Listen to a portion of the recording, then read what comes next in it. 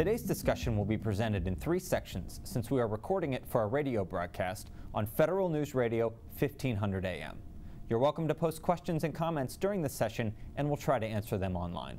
I'd like to introduce our moderator, Jason Miller, Executive Editor at Federal News Radio 1500 AM and federalnewsradio.com. Welcome to the show today. I'm excited for this conversation about IT transformation.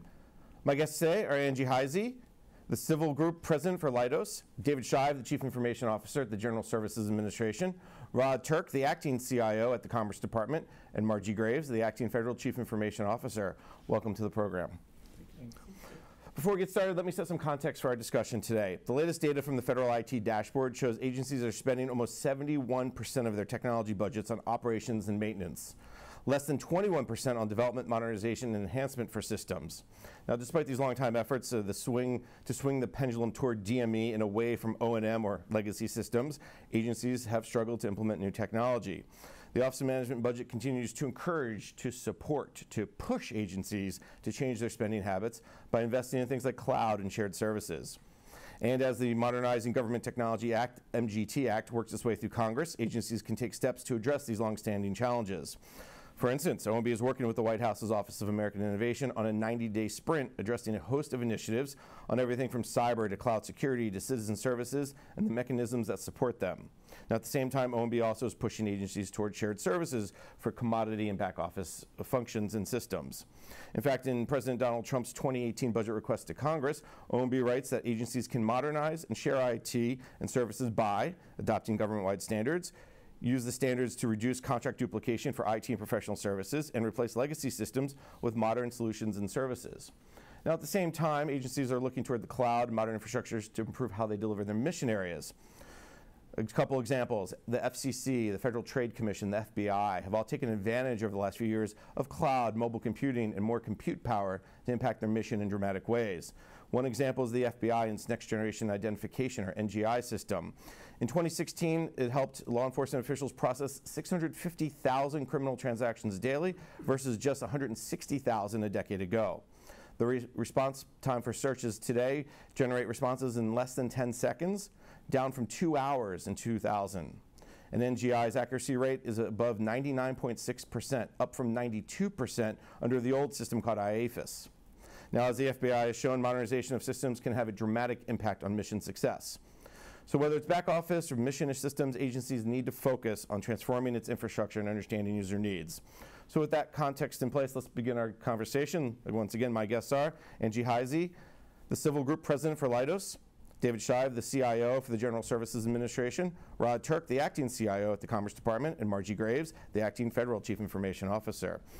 Let me start with Rod. You're just to my left here.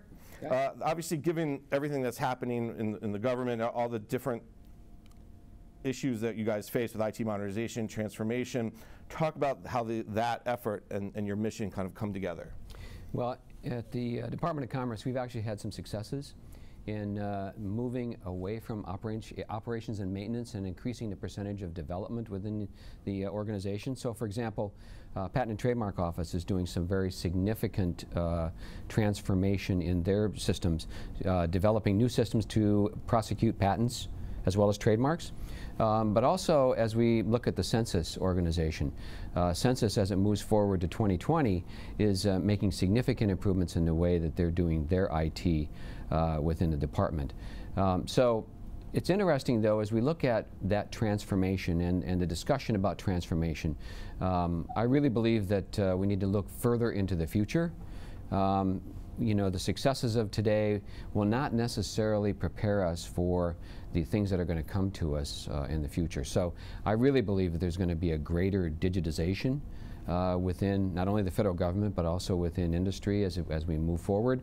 So we need to be looking at how the digital economy, how digitization is going to affect the way we do business, Internet of Things, those kinds of technologies, so that we are then not only prepared today to move into DME, but also, you know, what does the future look like? How can we prepare today to develop the strategy for the future digital economy, digital government that we need to be putting forward? And that, I think, is going to be a challenge. So for the future strategy piece, we're going to turn to Margie, but we're going to wait on Margie for a second and talk to Dave Shive from GSA real quick. Dave, you guys have been on a path for the last several years of modernization, transformation, and really GSA, I think deserves a lot of credit from that perspective, because the mission side is really what drives you all the time. So talk a little bit about your efforts. Sure. So thanks. Yeah, we're fortunate that we've had a couple of turns at the crank on the modernization side. Actually, we started most of our work in late 2011. So we've seen some really good outcomes. Our goal here is to provide better, more present tech for the business of GSA at greater value. And that value can look like a few different things: better cybersecurity, lower costs, better user experience and customer experience, and stuff like that. And we've made that investment, we've made that play multiple times now, and seen some really good outcomes. When we ask our employees through our employee viewpoint survey, what do you think about your use of technology in solving your business needs and your business mission? All the numbers have gone up as we've gone through this modernization play. When we assess the value on the dollars and cents side, we've been able to provide better technology, more closely aligned with the mission of GSA, highly mobile-enabled mission that can do work anywhere, anytime. We're able to do that while also saving 19% of our budget over that time period. So by most measures, we're doing better. But then the greatest value is we're able to then turn those savings, greater cybersecurity, greater cost savings, and redirect those efforts towards the true mission of GSA, which is providing for the federal suite of buildings in the federal government and acquisition and technology for our other customers. So 19% of the budget reduced over time. Does that put more pressure on you as the CIO to deliver?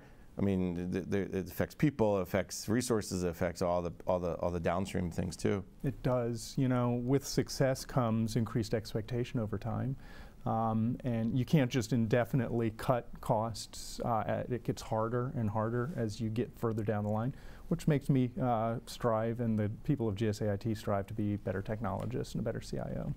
And obviously, when we talk about cloud and shared services, there's a whole opportunity there for potential savings too. I know GSA is already in several of those things. Indeed. So when we talk about these big strategy things, Margie, when we talk about cloud and shared services, talk a little bit from OMB's perspective. How are you helping people like Rod and Dave push toward that transformation goal?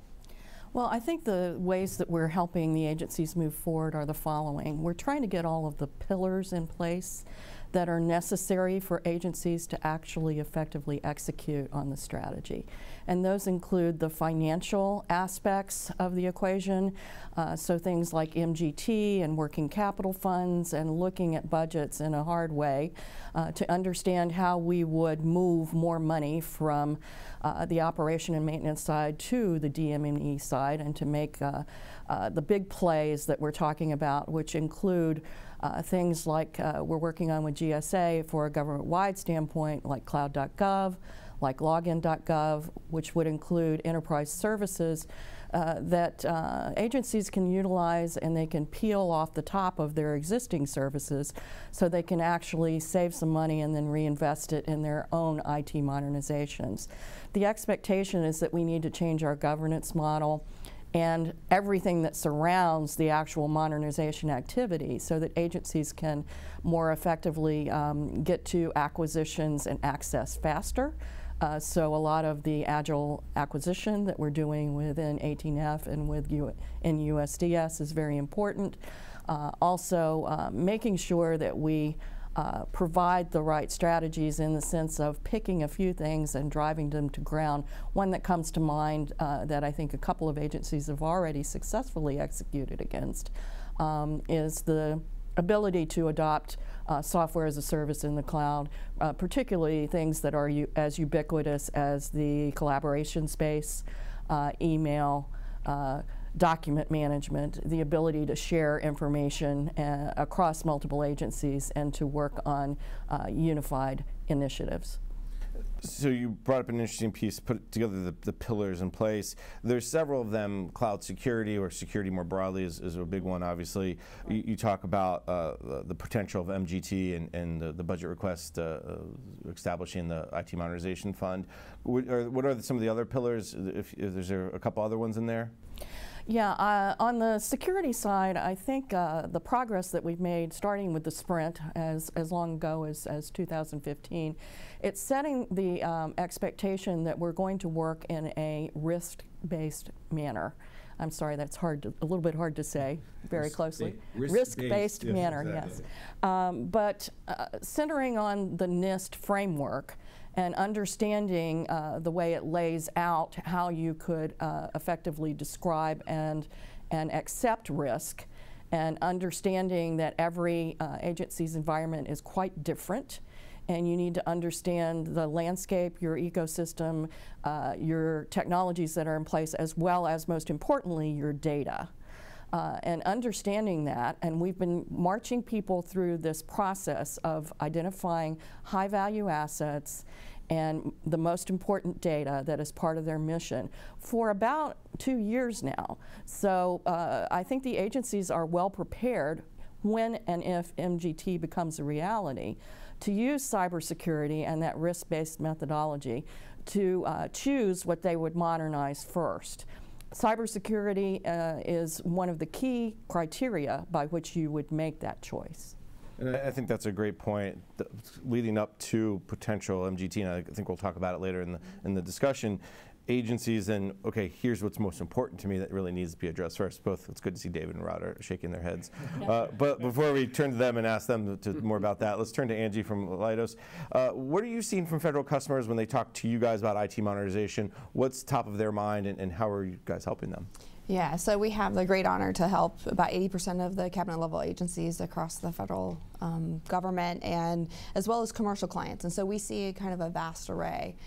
We also are responsible for transforming our own environment internal to Leidos, and so we have this great broad perspective. And so we see everything from obviously cybersecurity, which is on the top of every single customer's mind, and making sure that they stay ahead of the attackers because they're constantly evolving.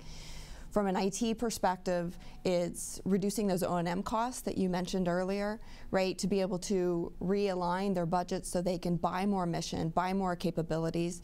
And we really try to focus when we talk with our customers about not only technology, but also the people and processes behind them, so that we can take advantage of the technology once it's transformed to make their businesses more efficient, more secure, and that they have the people that can actually provide support to those transformed environments so that they can have the best enterprise for their organization. So obviously when we talk about two things, cyber top of mind, transferring, moving cost structure, is that moving of cost happening? Do you see that when agencies come to you with an RFP or task order that you guys are bidding on, or even just work that you're already in the middle of? Do you see that the shift happening, or is it still they're still spending too much? Well, we know they're spending too much money on O&M, but generally speaking, so clients that are most successful are when they buy for some sort of effect, right? So they buy where it incentivizes their partners, their contractors, to help them make things more efficient, to create some sort of capability for them, whether it's as a service type of a capability, as opposed to buying, I'll say, people, right, butts and seats. And I think that's the key. We've heard that for years, right? Don't just buy butts and seats. One of the things that happens during the transformation is does it ebb and flow, right? Certain parts of the year when Congress is maybe a little slower than usual to get the budget passed, or normal than usual than get the budget passed, and then there's times during, for instance, a presidential transition. So let me maybe start with Dave. Do you see that ebb and flow a little bit, or is modernization, transformation for GSA kind of a straight line in the sense of you have some ups and downs, but generally speaking, you're on a glide path? Right. So we absolutely see an ebb and flow in business objectives and business priorities. I mean, we run the presidential transition, so we have a front seat so we can see this up close and center.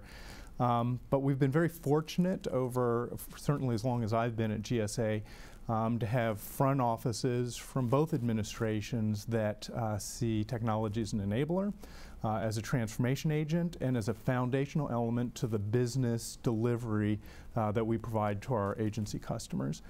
because of that, because they're somewhat agnostic about politics and they see technology as a great enabler, we've had great leadership in that regard. So the delivery of IT under that changing business environment has been very, very consistent.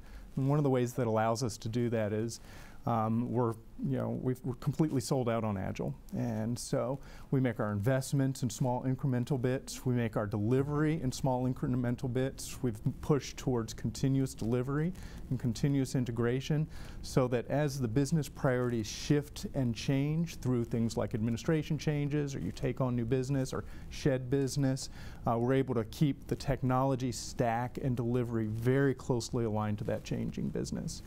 Now, Rod, some people say because of the presidential transition, the transformation got hung up when you see the frittata scorecards. And we're not going to go down that path and talk about commerce or scores. I'd love to, though. I don't remember what they are.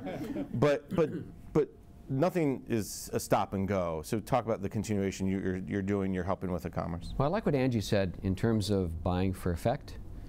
Because I want to focus on that effect. You know, if you have a culture, a transformation culture within your organization, whereby you understand the need to transform, you understand the need to move forward in the areas that are going to give you greater efficiency, going to give you increased savings, if you will, and maybe moving the commodity IT into more of a unity rather than having each functional area manage their own. I think if you have that kind of a culture within your organization, then it makes it easier to bridge those gaps, if you will, in terms of transitions, whatever transitions we may be talking about. And so our goal, my goal, as the acting CIO of Commerce, is to provide that culture within the organization, a culture of understanding that, you know, hey, this is what we need to do. This is the focus that we need to have. This is where we need to go, and here's why. And so to the extent that I can explain that to the executives and the management within the Department of Commerce, I think we've had actually some successes in bridging those gaps and moving forward, and I think that's critical. In many ways, because of what you're doing, it's not a stop and a go, right? I mean, if you're, just take the easy example, Margie, you talked about software as a service. If you're moving software to the cloud, and the presidential transition happens, or even a new secretary comes in, it's not like, oh, we got to stop until they come in and there, or you're 3/4 of the way there, I imagine. And the key is to keep moving. The key is you got to keep moving. That's right. And move forward. All right, well, on that note, let's take a quick break. We're going to move to the next segment, but we're going to take a quick break. You're listening to the panel discussion, Maintaining the IT Transformation Momentum, sponsored by Leidos on federalnewsradio.com and 1500 AM.